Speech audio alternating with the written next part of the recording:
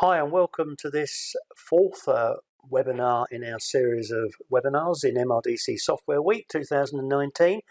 I'm Phil Hearn and I'm joined by Charlotte today, and we're going to talk today about social media and qualitative research. And in the first thing I wanted to say in this webinar is that we're going to look at some of the solutions that resolve social media and qualitative research problems, focusing on software as you would expect. And we're looking at where software can make a difference to you. This is really not a sales presentation. If you've turned up today, as I've said earlier in this week, to get a sales presentation on any of our products in this area, you're going to be disappointed because we're not doing that. We're going to be looking at some of the issues that have come up, and particularly some of the issues that have come up in the survey that we conducted. And really our goals here are to open up a discussion, offer some ideas on how you can get into this market or improve what you do already, and look at improving the standard generally of software in this particular space. So what we're going to talk about today is online communities, and we're also then going to cover at the end, I'm going to come back, actually Charlotte's going to present online communities. I'm going to come back at the end to talk a little bit briefly about social listening, sort of what it is and some of the things to be considered if you want to get into that business of offering social listening to your clients. As this is a software week, we're not going to cover the face-to-face areas of focus groups, group discussions, and one-to-one in-depth interviews. So it really is the software angle that we're looking at here. And we're going to look, first of all, at some of the issues that come out of a survey that we conducted. We conducted a survey amongst people working in market research agencies and asked them some of the problems that they had.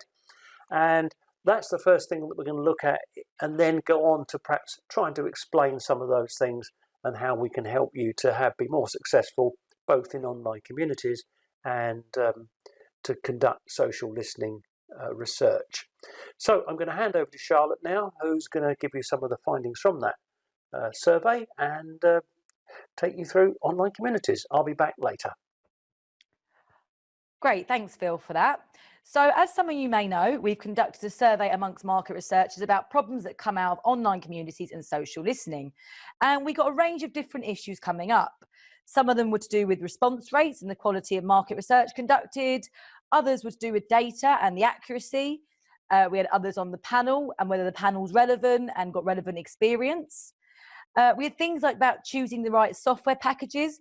Can it do what you need it to do? And of course, the cost of softwares. Can you pay just for what you need? Do you need yearly licenses, etc.? We also had in social listening the data quality. How accurate is the data we're pulling in from social listening tools? Do we have to pay a lot for higher accuracy?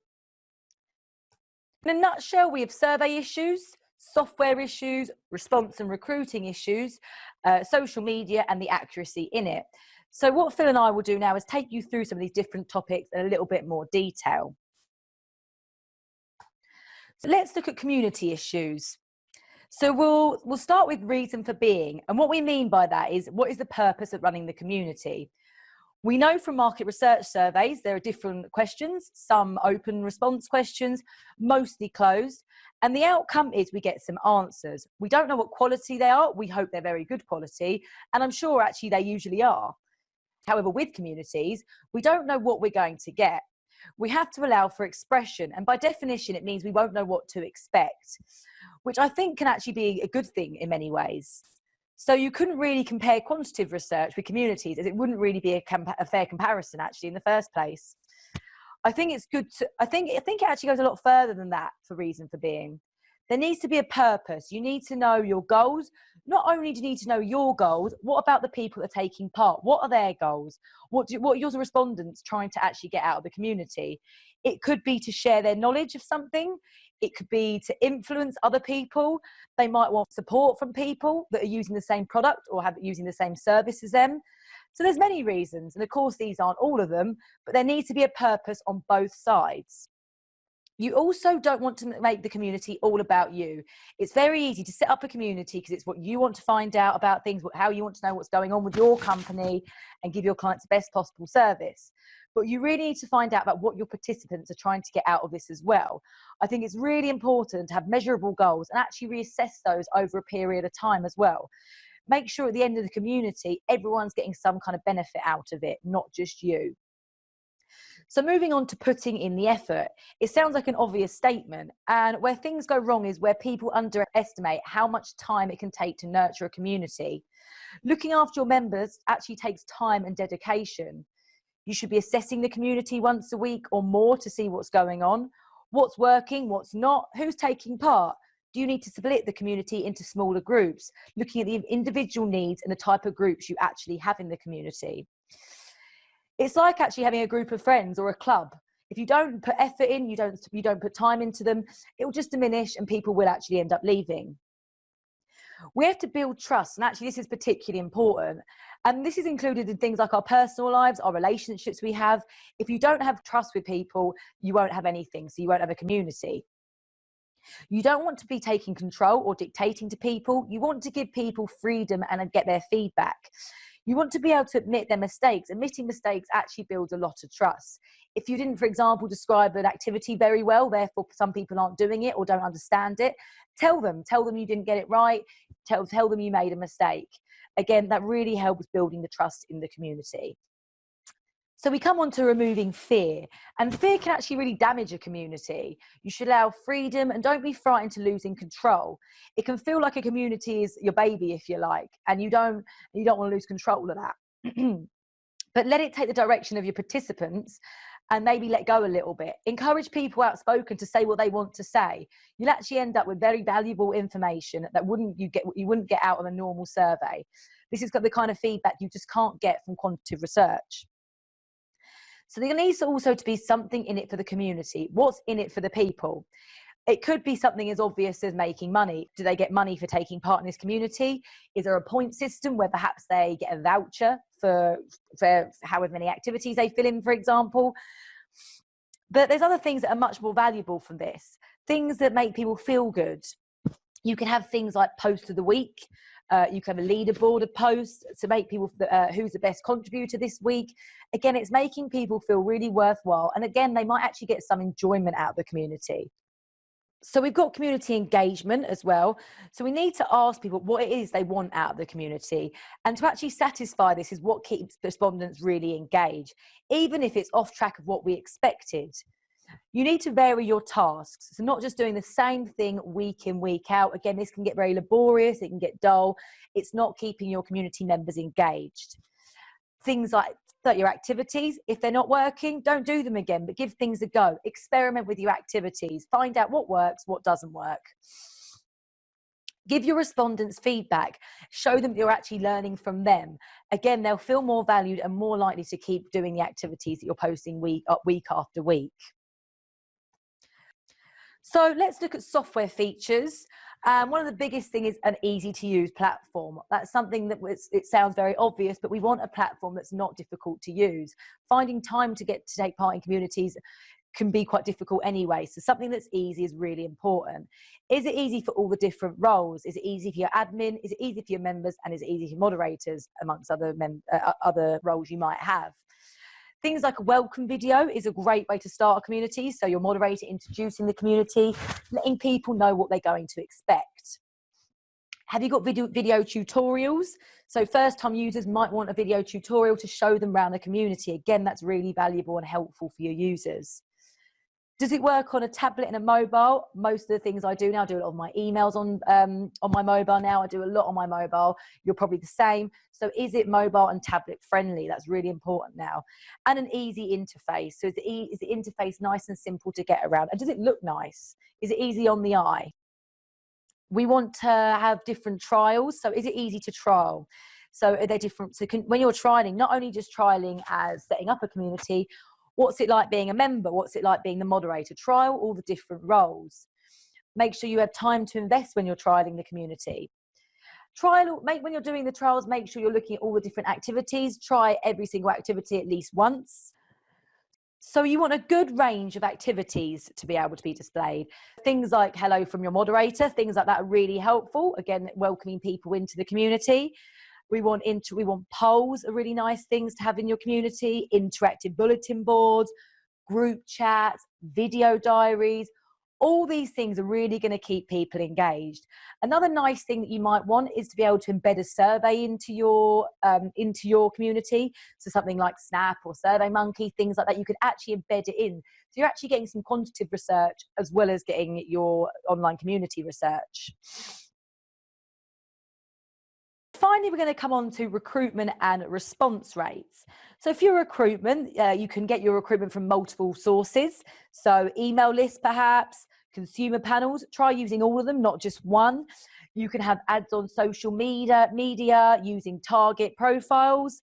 You can recruit offline. So have a mixture of different ways of recruiting people. And for your response rates, if there's a lack of setting tasks, inviting members, you can only maybe get 10% of members actually posting each month. Whereas when you're actually inviting people and asking people to complete projects, you could get us up to 20% people are getting involved with your activities, which is and also much higher than that as well. You can also get a sort of 5% dropout rate per month, but in the grand scheme of things, that's actually not particularly high. What I'm going to do now is pass back over to Phil. So Phil, thanks a lot. Okay, in this part of the presentation, we're going to look at social listening, some sort of background to it, and some things to look out for. Now, this is only a very brief introduction to social listening, so those new to it might have many more questions, and I'll be prepared to answer any questions, of course, at the end.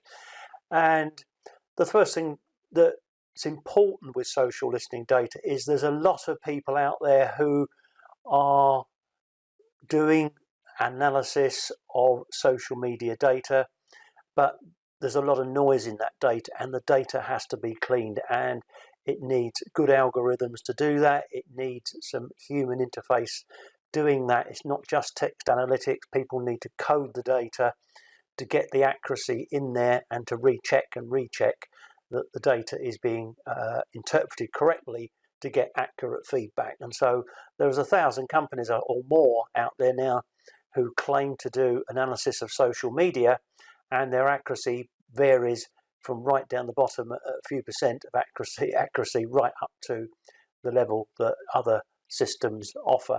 So noise reduction is really important, and the price you pay for that will reflect the accuracy of the data that you're collecting.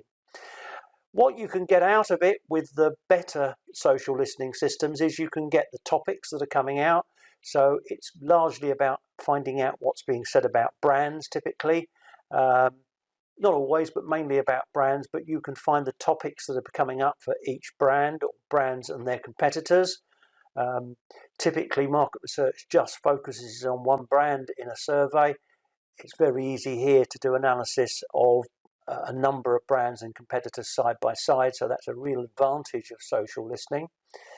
You can get sentiment analysis out, so you can derive meaning from what people are saying in their posts on social media, and more importantly, you can actually get emotion analysis as well, with a very high level of accuracy, so that you can really get feelings of what people are actually trying to say when they're making their posts. Now, again, a lot of the systems don't go to this depth or don't have the accuracy, but the better ones certainly do. And there's even software around now that can actually handle images and see what's going on in pictures that people are posting and so on social media. So there's some quite unusual or different research data that you can get, which you just can't get from any other source. And one of the advantages of it is that it's very immediate, the results that you get back. So whereas you might run an ad campaign and the results might take some time to set out a questionnaire, get information back and get a report on that, with this it can be something that's constantly being monitored, and you can see blips in your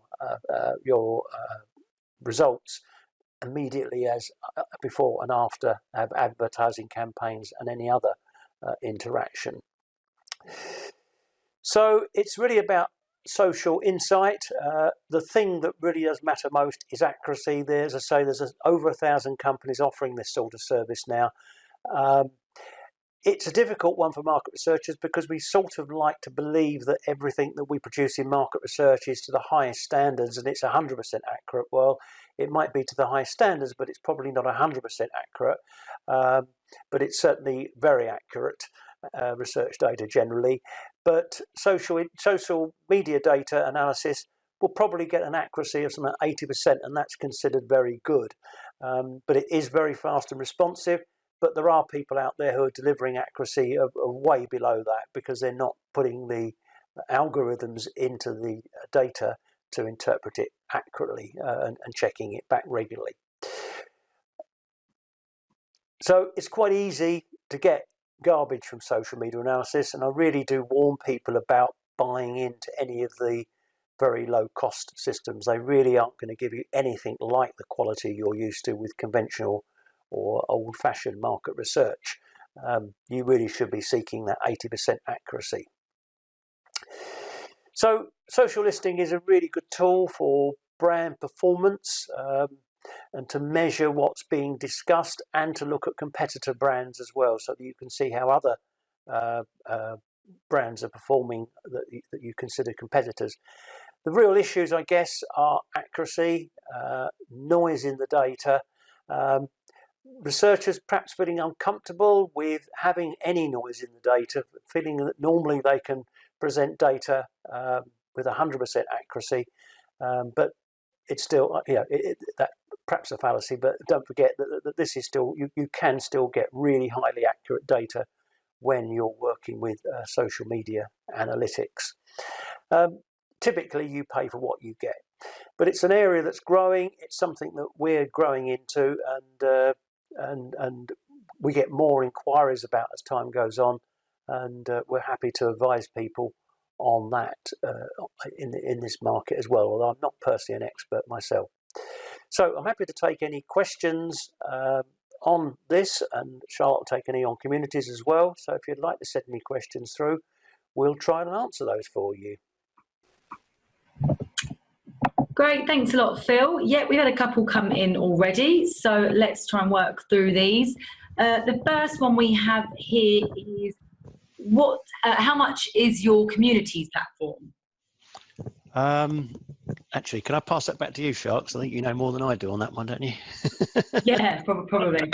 So yeah, our particular platform actually goes down to weekly. So you can actually go down to weekly, you can pay monthly, yearly, and it depends on members and how many communities you're running.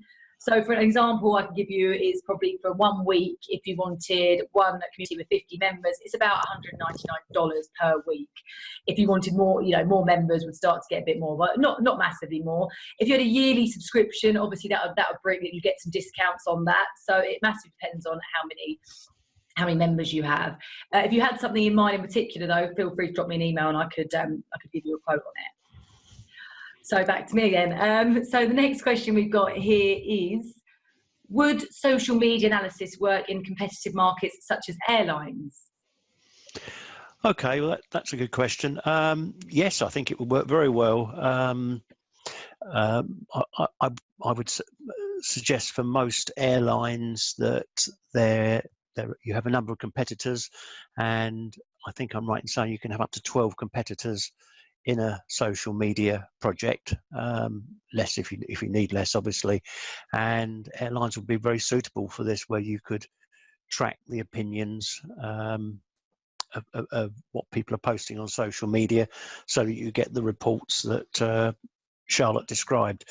So yes, airlines would be a perfectly good market. I mean, most markets where there's brands work really well with social media analytics, because then you can tell what people are talking about and then do analysis on that based on their responses or their posts, and provide meaningful analytics. So yeah, airlines I think is a really good market to run this in. Great, thanks for that, Phil. We've got, can you show images and videos to respondents and also receive images and videos from respondents? Yes, that works both ways. So yes, if you want people in a community to, I assume we're talking about communities here, to see a video, yes, you can do that. So that's a very good way of a moderator welcoming people or giving people instructions on what they've got to do in something that might not be totally obvious, or giving them some background information or showing them products and things like that. So videos work really well from that. You can also show images as well, of course, if you want to. You might want to show them a brand advertising campaign or a poster or something like that. So yes, you can show what you like to panelists on your community, and likewise they can send images and videos back to you. So if they're doing a video diary, I know we were involved recently in one where they were looking at how a cooking ingredient was used, and people were sending back videos of how they actually use the product, which produced some really good insights actually, because I don't think the client even realised that the particular product's being used the way it was in all cases. So video diaries and people in the community sending back videos or images, just like on anywhere else on social media, works really well and is a good way of collecting data and collecting information that you wouldn't get from a conventional survey. Thanks, Phil. I've got one more here. What report format do you get out of social listening projects? Okay, that's something probably we perhaps should have covered on this webinar, but we didn't. You don't get a report by default. You can certainly have a report prepared for you by someone who's experienced in producing social media analytics reports. What you get by default is, or what you get with your data is, let's perhaps go through the process a little bit. The text that is collected from social media posts is fed into an algorithm that is programmed.